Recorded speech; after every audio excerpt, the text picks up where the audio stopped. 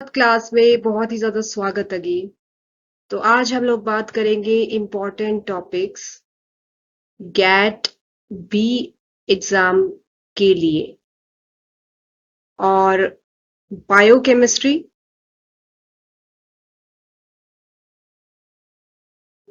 Biomolecules और we can से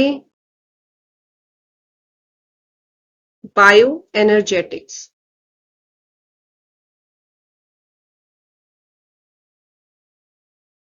late me remind you again, biochemistry और बायोमोलिक्यूल्स और इवन बायो एनर्जेटिक्स से बहुत ही इंपॉर्टेंट है, चाहे आप कोई भी रिसर्च एग्जामिनेशन दे लीजिए। And yes, please visit our previous videos जिसमें हम लोगों ने इम्पोर्टेंट टॉपिक्स और कैसे आप लोग बहुत अच्छा स्कोर लेके आए, score high in GAT B examination. So हमारी पुरानी वीडियोस आप लोग जरूर देखिएगा, उसमें हम लोगों ने इम्पोर्टेंट टॉपिक्स के बारे में बात की है और स्ट्रैटेजी जो होती है गेट बी एग्जाम में बहुत अच्छा स्कोर लाने के लिए उससे रिलेटेड भी बहुत सारे डिस्कशन किए। तो चलिए बात करते हैं बायोकेमिस्ट्री और बायोमोलिक्यूल्स और बायोएनर्जेटिक्स में जो जो आपको टॉपिक्स जरूर करने चाहिए if you want to score really high in this examination. And please do not skip this subject अगर मैं इसकी बात करूं, ताकि आपका जो स्कोर है बहुत ही बढ़िया आए। तो स्टार्ट करते हैं, देखिए अमीनो एसिड से। अगर आप लोगों ने प्रीवियस इसके क्वेश्चंस देखे तो अमीनो एसिड्स अपने आप में ही बहुत ही इंपॉर्टेंट टॉपिक है और इसमें भी you should go for examples, structure of all amino acids and जो चार्जेस होते हैं, क्या क्या चार्ज होते हैं अमीनो एसिड के। एंड यस, अमीनो एसिड्स में ही अगर आप लोग देखें तो इसी में आते हैं न्यूमेरिकल, दे इवन फ्रेम न्यूमेरिकल। तो ये अपने आप में ही बहुत बहुत इंपॉर्टेंट टॉपिक है, इसको आप लोग प्लीज जरूर कीजिएगा। और अमीनो एसिड्स की अगर मैं बात करूं तो वी कैन से कि बॉन्ड्स भी देखिएगा और स्पेशली बॉन्ड्स आप लोग डाई सल्फाइड बॉन्ड सिस्टीन में जो आते हैं वो जरूर देखिएगा। इस पे based they are even framing numerical, disulphide bonds पे बेस्ड रिपीटेडली न्यूमेरिकल आ रहे, हो सकता है थोड़ा सा ट्विस्ट करके इस बार दे दे न्यूमेरिकल। तो अमीनो एसिड्स आप लोग जरूर कीजिएगा। नेक्स्ट जो बहुत इंपॉर्टेंट टॉपिक आ रहा है वो आ रहा है कार्बोहाइड्रेट्स। कार्बोहाइड्रेट्स जो अलग अलग तरीके के होते हैं, मोनोसेक्राइड्स हो गए, पॉलीसेक्राइड्स हो गए, तो इनकी आप लोग जो है स्ट्रक्चर जरूर देखिएगा। कार्बोहाइड्रेट का स्ट्रक्चर, इनमें क्या क्या बॉन्ड्स आते हैं डाइसेक्राइड्स में स्पेशली, एंड इसी पे based they are even framing like वो आपसे पूछ लेंगे एपीमर्स कौन से हैं, इनेंशियोमर्स कौन से हैं, तो आपको एग्जाम्पल्स पता होने चाहिए। स्टीरियो आइसोमर्स कौन से हैं,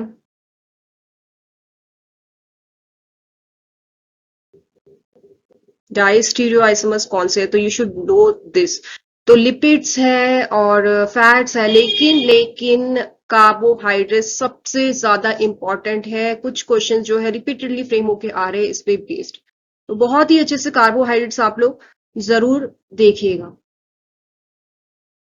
नाउ नेक्स्ट इज बहुत ही इंपॉर्टेंट है again, nucleic acid. Nucleic acid जो टॉपिक है,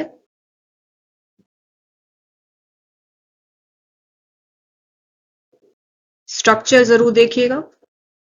बहुत अच्छे से आप लोगों को स्ट्रक्चर करना है न्यूक्लिक एसिड। एंड इसमें भी अगर हम लोग न्यूक्लिक एसिड की बात करें तो बहुत इंपॉर्टेंट यहां से जो है वो आ रहे हैं topics, DNA, RNA. So DNA में भी types of DNA please emphasise, जैसे कि ए बी और जेड डीएनए हो गया, तो उनके बीच में डिफरेंसेस आपको पता होने चाहिए। डीएनए और आरएनए के बीच में, आरएनए के बीच में डिफरेंसेस अच्छे से देखिएगा।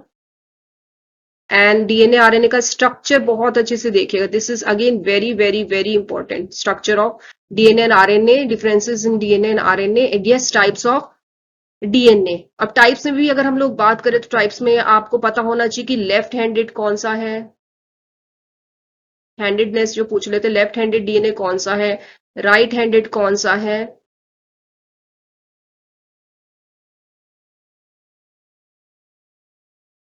ये भी पता होने चाहिए। So again very very important DNA की अगर मैं बात करूं, और उसमें भी टाइप्स ऑफ डीएनए और handedness. So this is again very important. Next, metabolic disorders, और इनमें एक मैचिंग बेस्ड क्वेश्चंस दे फ्रेम मेटाबॉलिक डिसऑर्डर्स में, तो आपको पता होना चाहिए कौन कौन से तरीके के मेटाबॉलिक डिसऑर्डर्स होते हैं, उनसे रिलेटेड को फैक्टर्स आपको पता होने चाहिए, एंड यस कॉजेज आपको पता होने चाहिए, जैसे कि किस एंजाइम्स की कमी से या ज्यादा होने की वजह से ये वाला पर्टिकुलर मेटाबॉलिक डिसऑर्डर हो जाएगा। तो अगेन इंपॉर्टेंट, बहुत इंपॉर्टेंट है। तो I am starting from the very like बहुत इंपॉर्टेंट टॉपिक्स जो आपको जरूर करनी चाहिए, जो भी मैं यहाँ पे कवर करी हूँ, please please please in topics को आप लोग प्लीज मत छोड़िएगा, आप पक्का बहुत अच्छा स्कोर लेके आएंगे।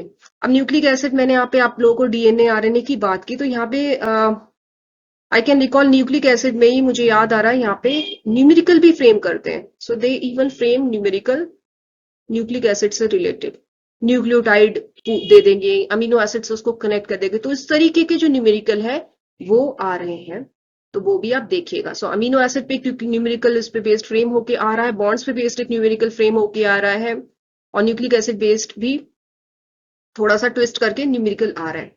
नेक्स्ट जो न्यूमेरिकल आ रहे हैं वो मोलैरिटी, बहुत इंपॉर्टेंट टॉपिक है मोलैरिटी, और मोलैलिटी बेस पे भी न्यूमेरिकल आते हैं।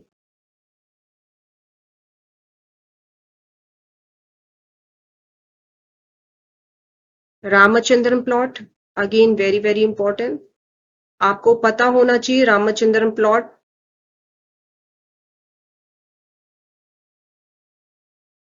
कौन सा पाई बॉन्ड है, कौन सा साई बॉन्ड है, कहाँ पे अल्फा हेलिक्स आ रहा है, बीटा प्लेटेड कहाँ पे आ रहा है, वो सारी चीजें इंपॉर्टेंट है रामचंद्रन प्लॉट पे, तो इसको भी बहुत अच्छे से देखेगा। Then comes structure of proteins, specially secondary structure of proteins and techniques जो है जिनकी मदद से हम विजुअलाइज करते हैं for observing specially secondary structure of proteins.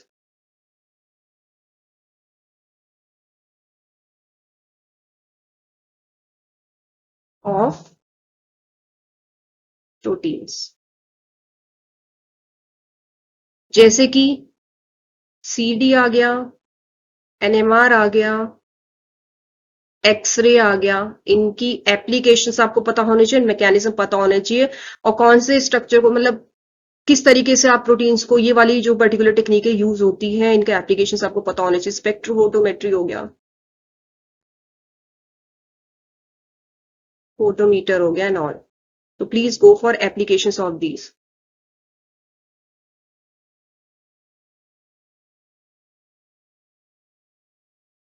Applications बहुत इंपॉर्टेंट है ये अगेन।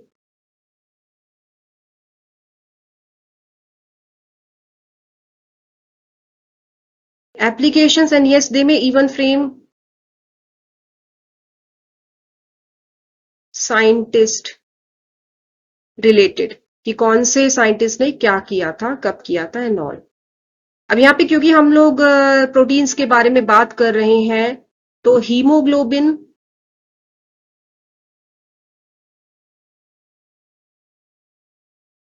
एंड मायोग्लोबिन के बीच में डिफरेंसेस आपको पता होने चाहिए, अच्छे से स्ट्रक्चर आपको पता होने चाहिए, एंड P50 वैल्यू क्या होती है इनसे रिलेटेड। दे में इवन फ्रेम कोऑपरेटिविटी क्या होती है, कौन से साइंटिस्ट ने की है,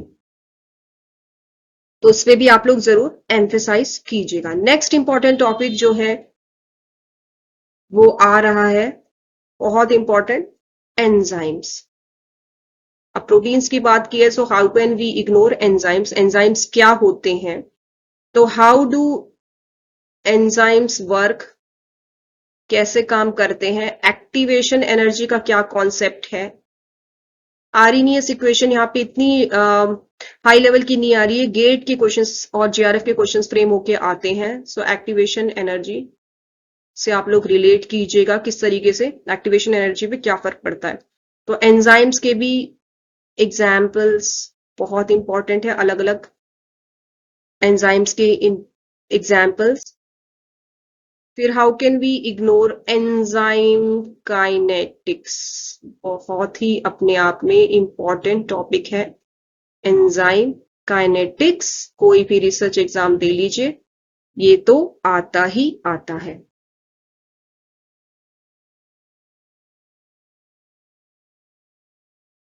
नेक्स्ट, एंजाइम काइनेटिक्स में भी आप लोग जो है, as we discuss many times, graph, competitive, uncompetitive, non competitive inhibition जो है उस पे जरूर फोकस कीजिएगा। एंड माइकेलिस मेंटन स्पेशली, उसका कॉन्सेप्ट जरूर देखेगा, उसकी इक्वेशन उस पे based numerical they may frame. So yes, this is very very important, inhibition का concept and numerical also they may frame, because they are repeatedly framing हर exam में। Next comes chromatography, बहुत important है again chromatography. इसका mechanism और application आपको पता होना चाहिए।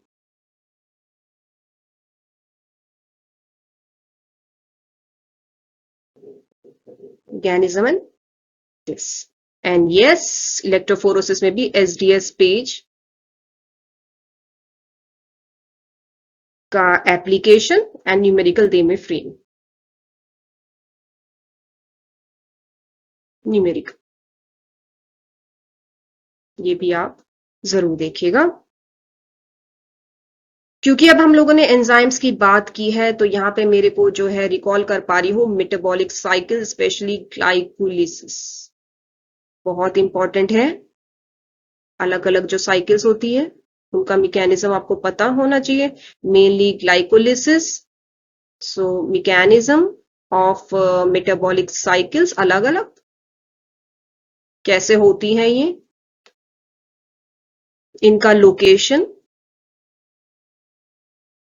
एंजाइम्स इन्वॉल्व, जो अलग अलग एंजाइम्स होते हैं, एंड इवन इनहिबिटर्स आपको पता होने चाहिए, इनहिबिशन कैसे होते हैं। जैसे ग्लाइकोलिसिस अगर हम लोग रिकॉल करें तो कौन सा एंजाइम जो है कहां पे जो है इनहिबिट करता है।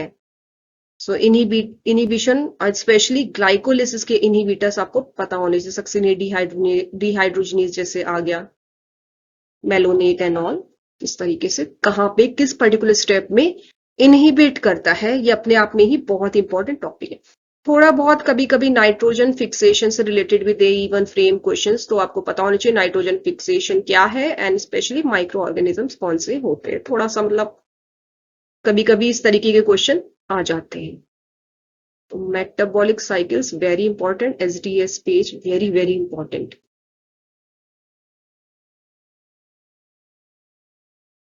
Then next comes very again delta G का calculation, so numerical they may frame, free energy change का जो कॉन्सेप्ट है, तो बायोएनर्जेटिक्स का ये है कॉन्सेप्ट, फ्री एनर्जी चेंज। इसका फॉर्मूला एक बार आप जरूर देखेगा, कैसे कैलकुलेट करते हैं गिब्स फ्री एनर्जी।